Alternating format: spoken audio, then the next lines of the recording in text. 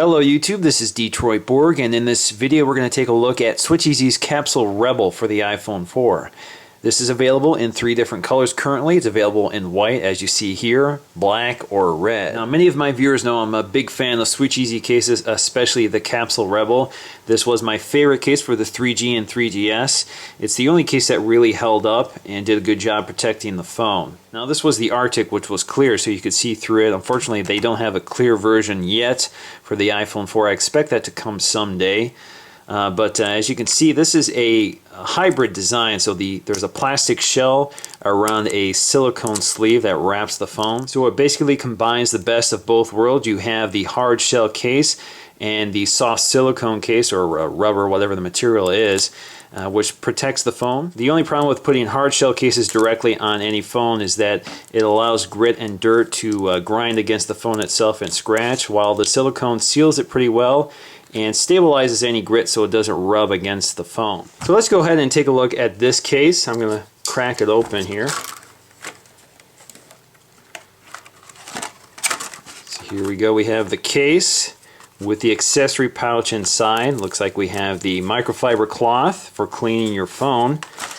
Let's put this down for a minute. We also have the squeegee for applying the screen protectors, and here are the screen protectors. From what I understand, these are very high quality screen protectors, but I generally don't use them, so I won't be applying them. Let's take them out. And you can see they are, of course, designed for the iPhone 4's front glass. And inside we have this little paper insert we have to get out of here.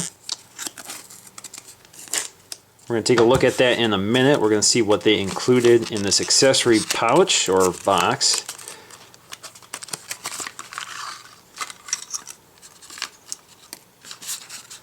Alright, so we have a manual, user manual. We also have the dock adapters, black for black docks and white for white docks.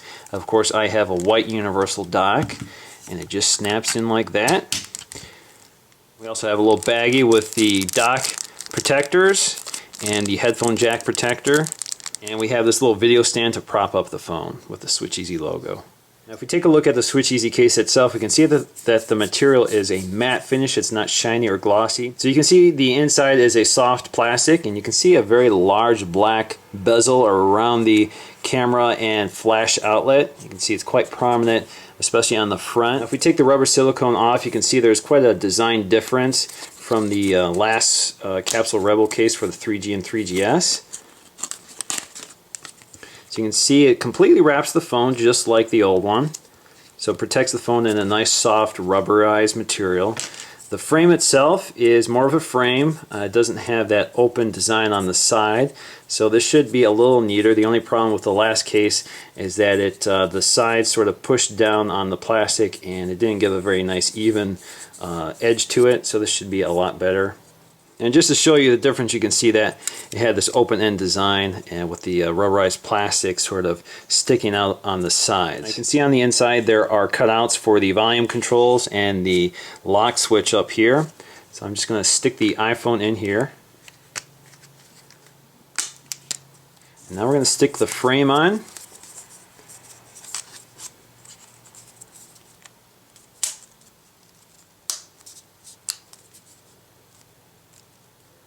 There you go. It goes on very snugly, so it feels really well protected. Now if we take a close look around the case, of course we have a very nice opening for the mute switch. It's recessed, but it's still very easy to get your finger in and out of there. And we also have the duplicate volume controls. It's a little harder to press on these than the trim case from SwitchEasy, but it's still pretty tactile. You can really feel these nubs compared to the trim. They kind of stick out more. We also have the lock switch up here, again very tactile but a little more resistance. We have the cutout for the headphone jack and the microphone. On the bottom we have the dock connector, speaker and microphone completely free. On the back we have this very large cutout for the camera and flash, and you can see this very large black bezel around it. Now on the back we have this spine-like HR Giger sort of design. It does stick out a little bit, so if you look down the middle of it you can see it sticks out. And what I like about this case is that although they use 2 different materials, they look very similar to each other, so it doesn't really look like a hybrid case at all. It looks like one case. Now there is a very ample bezel around the side, so it does provide a nice lay-on table design. The only drawback with this case is that it doesn't allow the back to lay flat because of that ridge down the middle.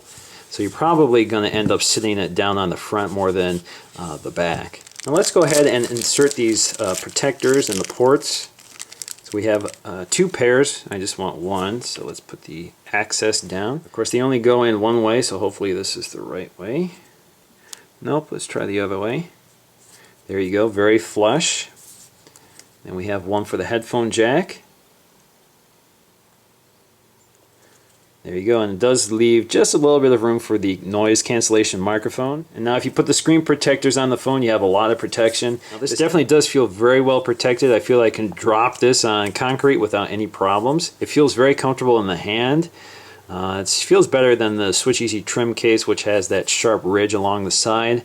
But this does feel very nice, and again, that spine actually adds some extra surface area for your palm to connect with. And like I said, the only real problem I had with the last Capsule Rebel was this piece of plastic that sagged around the dock. I think this design has solved that problem. The old design had plastic that wrapped around the edge and sort of pinched the rubber around the phone and actually made it sag. Now if you compare the 2 iPhones together, again you can see that the iPhone 4 case has a complete hard frame around the edge, so it makes it a lot neater, while the Capsule Rebel on the 3GS was a partial frame. It's basically these arms came out and wrapped around the plastic or silicone that wrapped the phone, which kind of meant left the edge a little unclean. Again, it's not very even, so it's actually quite nice that they put a full frame on it. And this design actually contributed to the sagging chin on the rubber because the corners pushed in on it and basically bunched it up at the bottom, so this was quite annoying.